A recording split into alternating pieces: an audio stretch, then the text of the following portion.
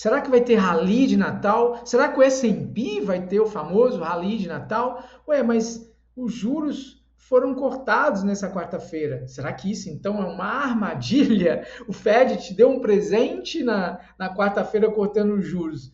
Mas o mercado respondeu negativamente. Se você olhar aqui em cima o gráfico do S&P, você percebe aí bolsa caindo, né? Então, por que a bolsa cai quando o juro cai? Não era para ser ao contrário, né? O que os grandes bancos estão sabendo que nós não estamos sabendo? Nós estamos vivendo uma semana de anomalias, né? Navios sendo apreendidos, guerra escalando, o petróleo caindo, aí, derretendo a US$ 61. Temos juros caindo nos Estados Unidos e o S&P e a Nasdaq falhando no topo. Será que está falhando no topo? Isso será uma correção? Se for uma correção, o que seria isso? Isso pode ter um nome aí conhecido como a grande rotação. O dinheiro inteligente, né, o smart money, ele sai do risco óbvio, é óbvio que está caro, que é um risco óbvio, e vai para os ativos reais, vai atrás de ações, de ativos que realmente passam uma certa confiança, tá? Hoje o nosso position trade, nós vamos ver aqui nos gráficos o Ibovespa, né? Como sempre, o S&P, através da ETF SPY, que você deve estar vendo aqui em cima.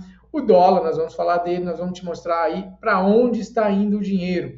E as criptos? Bitcoin, Ethereum, Solana. Será que elas aguentam esse tranco que está acontecendo aí no mercado ou vão também afundando junto com as Big Techs? Se você quer terminar o ano aí aproveitando um rally de Natal nas bolsas americanas e saber direitinho o que você vai fazer para não se tornar liquidez, né, no mercado, fica aqui nesse vídeo, que é disso que nós vamos falar hoje. Eu sou o Elimar Santos, sou analista CNPI e falo aqui no canal há mais de 5 anos utilizando o indicador F34 e trago para vocês uma visão diferente que pode te ajudar bastante. Então a gente tem alguns fatos acontecendo no mercado, né, que foi a Oracle, ela anunciou aí gastos bilionários, né, mas o lucro não veio. Então o mercado aí está assustado e isso pode sinalizar aí, né, pode ser os sinais dos cães aí, né, quando os cães começam a latir, pode ser um sinal de alerta, um sinal de perigo aí com relação às empresas de IA, né, as empresas de inteligência artificial. Você está vendo na tela aí o S&P no gráfico diário, então a gente está vendo aí ele já trabalhando aqui numa região de topo, tá certo? E batendo cabeça aqui, né? Então a gente pode perceber isso daí e é o que pode trazer uma certa dúvida aí, né? Será que vai ter o rally de Natal, tão conhecido lá nos Estados Unidos? Quando você traz aqui para o gráfico semanal, a gente pode perceber que ele está muito esticado, está muito alto, né? Está muito longe, então gera uma dúvida. Eu não recomendo compras aqui, tá? Esse é um nível, a gente vê isso todas as manhãs, operando day trade, é a mesma coisa. O F34 me dá a localização, o ponto exato onde você pode comprar ou não comprar. Mas não está subindo? Sim, mas aqui não é o lugar de comprar. Quando eu dou um zoom e dou uma olhadinha aqui no MACD, eu vejo ele extremamente caro, né? Numa região alta, nunca antes navegada aí. E a gente pode até perceber uma leve divergência de baixa quando eu olho aqui, ó, o MACD aqui, ó, com os topos e fundos. Aqui era um topo e ele estava aqui, ó. E aqui, de novo, ele está fazendo um topo mais alto, né? A gente tem um topo mais elevado aí, ó. Assim, está subindo e aqui não tem topos elevados, né? A gente tem divergência de baixa aí no MACD, tá legal? Dá uma olhadinha aí que você vai entender o que eu estou dizendo. Ó, aqui tem um topo e esse topo aqui, pelo histograma do MACD, ele está mais baixo. Já no preço, ele está mais alto. Isso daí é uma divergência de baixa. Então, isso pode ser mais um sinal dos cães aí. Muita atenção, tá? Muita atenção aí.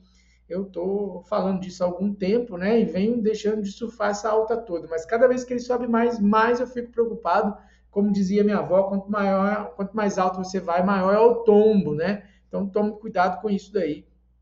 É uma situação aí esquisita, né? Esquisita.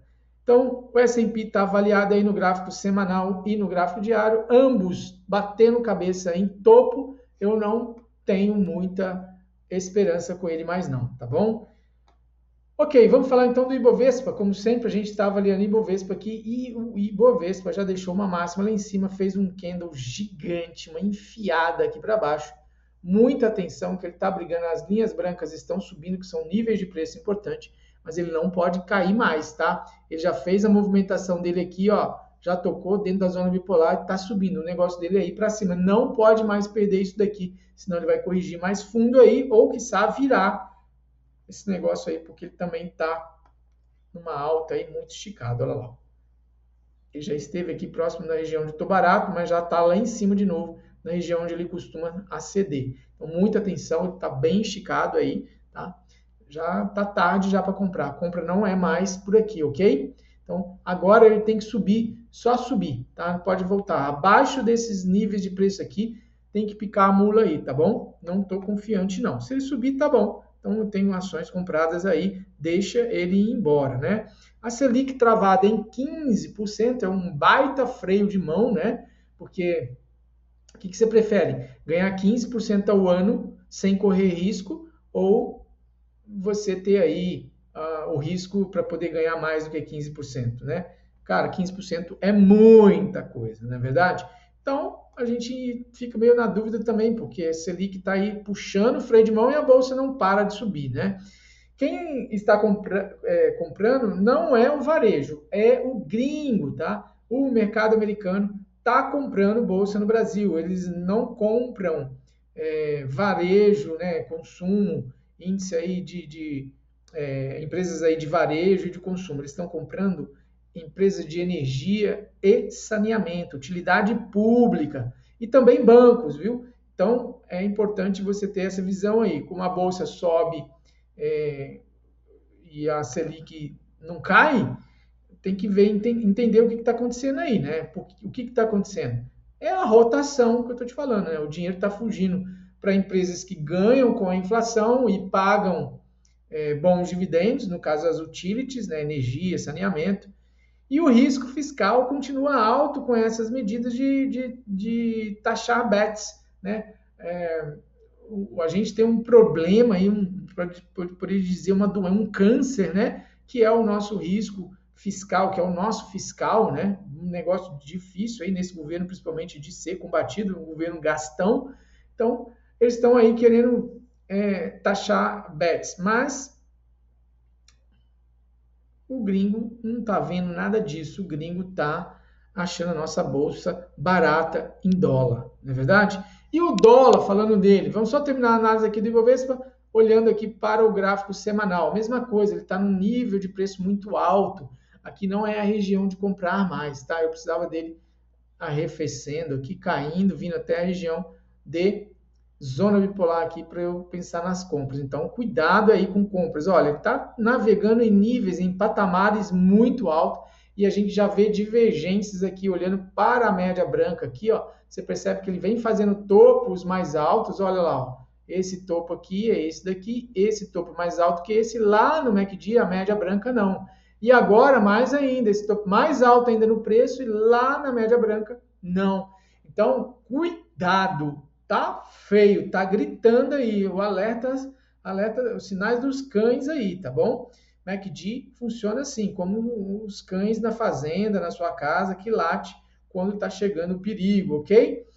Então, o Bovespa, tanto no diário quanto no semanal, a mesma coisa que o S&P também. Vamos ver, então, como é que está o dólar, né? Dólar no diário está aqui embaixo, amassado. O MACD já querendo abrir uma boquinha de jacaré aqui para cima no diário, ok? Mas ele está aí, firme e forte nessa queda, ok? Tem uma região de enrosco difícil dele passar aqui para baixo. Acumulando. Dólar você tem que ir acumulando semanalmente, mensalmente, um pouquinho, tá trabalhando aqui. Abaixo de 5,30 é bom comprar, tá? Então, abaixo aqui desta linha aqui, você está comprando barato.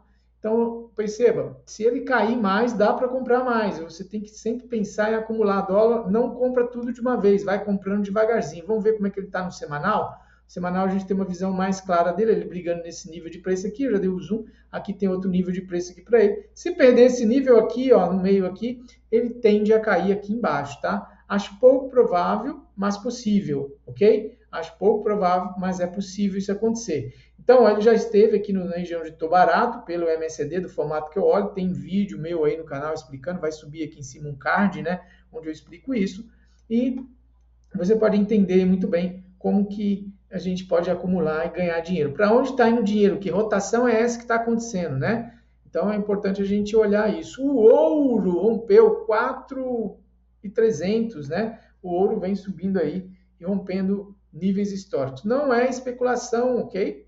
Não é especulação. Os bancos centrais da China e até do Brasil, eles estão estocando ouro para fugir da dívida americana, né? O ouro é a estrela aí no momento, tá bom? Rompeu máxima histórica. E isso é Banco Central, né? Comprando proteção. Se o Banco Central se protege, você também deveria se proteger, né? Não? O dólar segue firme porque o nosso fiscal aí tá difícil. Então, firma aí no dólar, por mais que ele esteja ameaçado aí de uma maneira global, né, de uma maneira mundial, mas quando eu olho para o Brasil, o dólar é o ouro e o dólar, né? O ouro já está muito esticado, mas o dólar é a nossa tábua de salvação, né? Então é importante aí. E a anomalia dessa semana, né, que eu estou falando aí, falei no início, né, é o mundo pegando fogo e o petróleo barato, né? Como é que pode isso? O mercado morre de medo de recessão, né? Mas a 61 dólares o risco geopolítico está de graça. O petróleo aí está muito bom. Já vi petróleo abaixo de zero, né? Já vi petróleo aí negativo, né? Mas é uma assimetria interessante para a gente ficar de olho. E aí a gente olha para empresas brasileiras como Prio, né, como o Petrobras, né? Vamos dar uma olhadinha em Petrobras aqui, como é que está no gráfico diário, para a gente ter uma noção aí do que a gente pode esperar, né? Petrobras aí está no nível de preço dentro da zona bipolar, no gráfico diário, pode ser que seja uma oportunidade de compra, mas quando a gente pensa aí no prazo maior, eu preciso olhar ela no semanal, e aí eu vou olhar aqui no semanal como que ela está se apresentando para mim. Então, aqui já vem num candle acendendo a zona bipolar de verde, tá bom? Ela está no nível de Tocaro aqui pelo MACD, sim, pode ser que ela venha se manter nessa consolidação aqui, ó, dada por essa linha azul e por essa linha laranja, tá bom? Mas, tanto no semanal quanto no gráfico diário, ela está num bom patamar de compras. E se o petróleo impactar diretamente nela, lembra, Petrobras não sofre, é lógico, o preço do petróleo impacta muito pesado na formação do lucro dela, da margem dela e por aí vai, né? Mas se o petróleo continuar caindo, pode jogar a margem dela para baixo, então pode derrubar esse preço, tá? Mas o petróleo está num preço interessante aí, tem uma assimetria interessante, tá? É isso que eu quero trazer de oportunidade aqui para você. O pulo do gato do vídeo de hoje tá aí. E as criptomoedas? Bitcoin não serviu de ouro digital nessa queda aí?